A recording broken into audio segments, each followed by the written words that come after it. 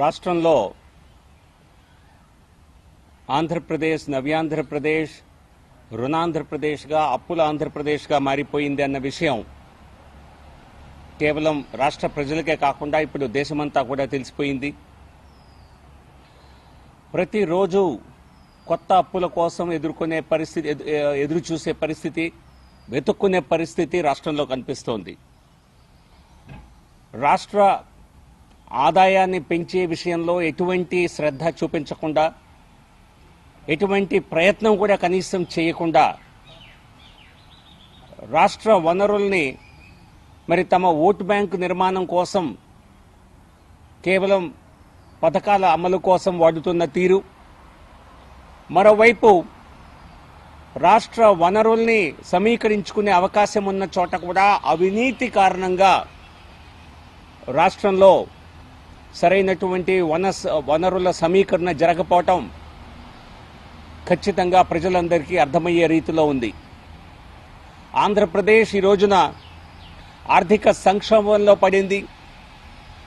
కనీసం ఉద్యోగస్తులకి జీతాలు ఇవ్వటంలో కానీ, పెన్షన్లు, మాజీ ఉద్యోగస్తులకి పెన్షన్లు ఇవ్వటంలో కానీ రాష్ట్ర ప్రభుత్వం జాప్యం చేయటం చూస్తే, అదేవిధంగా అనేక మందికి వారు చేపట్టినటువంటి ప్రభుత్వ పనులకి చెల్లింపులు చేయకుండా రాష్ట్ర ప్రభుత్వం తాత్సారం చేసే విధం చూస్తుంటే ఖచ్చితంగా రాష్ట్ర ప్రభుత్వం ఆర్థిక సంక్షోభంలో పడింది.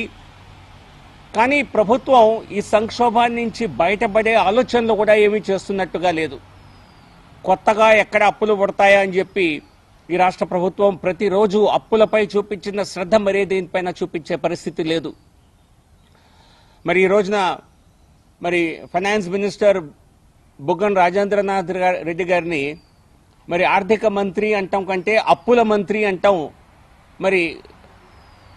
రెలవెంట్గా ఉంటుందనిపిస్తుంది. ఎందుకంటే ఆయన పడే పాటలు, రోజు కొత్త అప్పుల కోసం ఇచ్చేసేటువంటి అగచాట్లు చూస్తే ఖచ్చితంగా ఆయన ఆర్థిక మంత్రి కంటే కూడా అప్పుల శాఖ మంత్రిగా ఈరోజు ప్రజలందరికీ కనిపిస్తున్నారు. కానీ రాష్ట్రంలో జరుగుతున్నటువంటి కొన్ని పరిణామాలను చూస్తే కేవలం ఆర్థిక సంక్షోభమే కాదు, ఒక రకంగా చెప్పాలంటే రాజ్యాంగాన్ని కూడా ఉల్లంఘించినటువంటి పరిస్థితులు స్పష్టంగా మనకు గోచరిస్తున్నాయి. ఆర్టికల్ 266 266 మన రాజ్యాంగంలో ఉన్నటువంటి ఆర్టికల్ 266లో consolidated fund of a state, consolidated fund of India and consolidated fund of states, ఈ ఆర్టికల్ 266 దాని గురించే స్పష్టంగా ప్రస్తావిస్తోంది. సో ఆర్టికల్ 266(1) స్పష్టంగా చెప్తోంది, all revenues received by the government of a state, loans raised by that government by the issue of treasury bills, loans, ways and means advances, and all monies received by that government in repayment of loans shall form one consolidated fund of the state. అంటే రాష్ట్రానికి వచ్చేటువంటి ఆదాయ వనరులన్నీ కూడా, అలాగే అప్పులతో సహా అన్నీ కూడా కన్సాలిడేటెడ్ ఫండ్ ఆఫ్ స్టేట్ ద్వారా తీసుకోవాలి అని ఆర్టికల్ 266(1) చెప్తూ ఉంటే, మన రాష్ట్రంలో కేవలం అప్పులు పుట్టించడానికే ఇది ఒక ఆశ్చర్యకరమైనటువంటి సంఘటన. అప్పులు పుట్టించడానికే ఒక స్టేట్ డెవలప్మెంట్ కార్పొరేషన్ పేరుతో, ఆంధ్రప్రదేశ్ స్టేట్ డెవలప్మెంట్ కార్పొరేషన్ పేరుతో ఒక కొత్త సంస్థను సృష్టించడం, ఆ సంస్థ యొక్క విధులు కూడా విడ్డూరంగా ఉన్నాయి. కేవలం కేంద్ర ప్రభుత్వం వారికి చెప్పిన పథకాలని అమలు చేయటం, దానికోసం ప్రభుత్వం ఇచ్చిన నిధులు లేదా రుణాలు సమీకరించుకోవటం. ప్రభుత్వం నిధులు ఇచ్చేటువంటి పరిస్థితులు ఎలాగూ లేదు. రాష్ట్రంలో రైతులకే చెల్లించడం లేదు ధాన్యానికి డబ్బులు, ఉద్యోగస్తులకు జీతాలు ఇచ్చే పరిస్థితి లేదు, పెన్షన్దారులకు పెన్షన్ ఇచ్చే పరిస్థితి లేదు. కొత్తగా ఏర్పాటు చేసిన సంస్థకి నిధులను ఇచ్చే ఆస్కారం కానీ అవకాశం కానీ రాష్ట్ర ప్రభుత్వానికి లేదు. సో అందుకోసమే ఈ సంస్థని క్రియేట్ చేసి, ఈ సంస్థ నిర్మాణం కూడా ఒక రకంగా రాజ్యాంగ ఉల్లంఘనగానే కనిపిస్తోంది. రాష్ట్ర ప్రభుత్వానికి రాష్ట్ర ప్రభుత్వం దీనిలోనే చట్టంలోనే చెప్పింది ఈ ఏపీ స్టేట్ డెవలప్మెంట్ కార్పొరేషన్లో. సో సర్టన్గా ఖచ్చితంగా దీన్ని కూడా మరి కోర్టుల్లో ఛాలెంజ్ చేసే అవకాశం ఉన్నది. ఇది నేను ఖచ్చితంగా కేంద్ర దృష్టికి కూడా తీసుకువెళ్తాను. రాష్ట్ర ప్రభుత్వం వచ్చే ఆదాయాన్ని కూడా ఈ స్టేట్ డెవలప్మెంట్ కార్పొరేషన్ పరం చేసేటువంటి వెసులుబాటు ఈ సంస్థ చట్టంలోనే అబ్జెక్టివ్స్ లో పెట్టారు. కాకపోతే అది కన్సాలిడేటెడ్ ఫండ్ నుంచి వెళ్లకుండా ఎస్క్రో అకౌంట్ లో పెడతామని ఎప్పుడు చెప్పలా.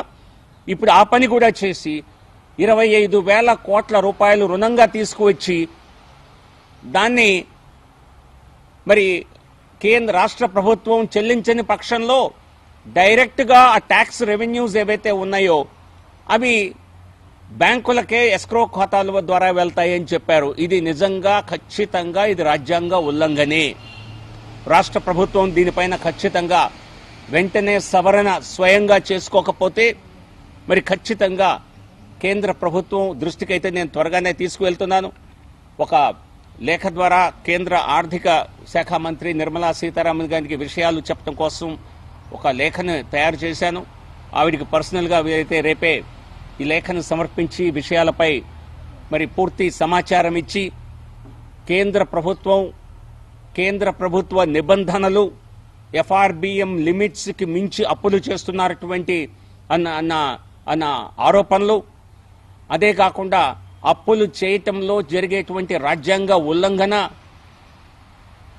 నిధుల్ని కన్సాలిడేటెడ్ ఫండ్కు వెళ్లకుండా దారి మరల్చేటువంటి పరిస్థితి, ఇదంతా ఖచ్చితంగా ఫైనాన్షియల్ ప్రొసీజర్స్ వైలేషనే. ఇది రాజ్యాంగ ఉల్లంఘనే. కనుక వీటిపైన ఒక కేంద్ర ప్రభుత్వం స్వయంగా ఎంక్వైరీ ఆదేశించాలని, అలాగే సిఏజీ ద్వారా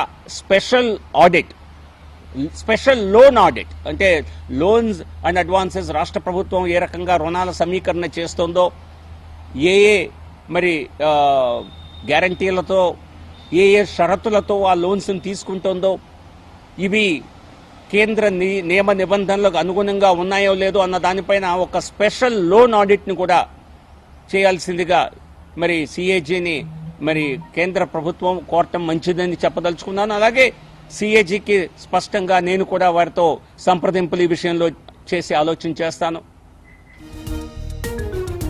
టాప్ 9 న్యూస్ ప్రతిరోజు ఉదయం 6:55 మీ టీవీ 9 లో నంబర్ 1 మాత్రమే కాదు, అంతకు మించి.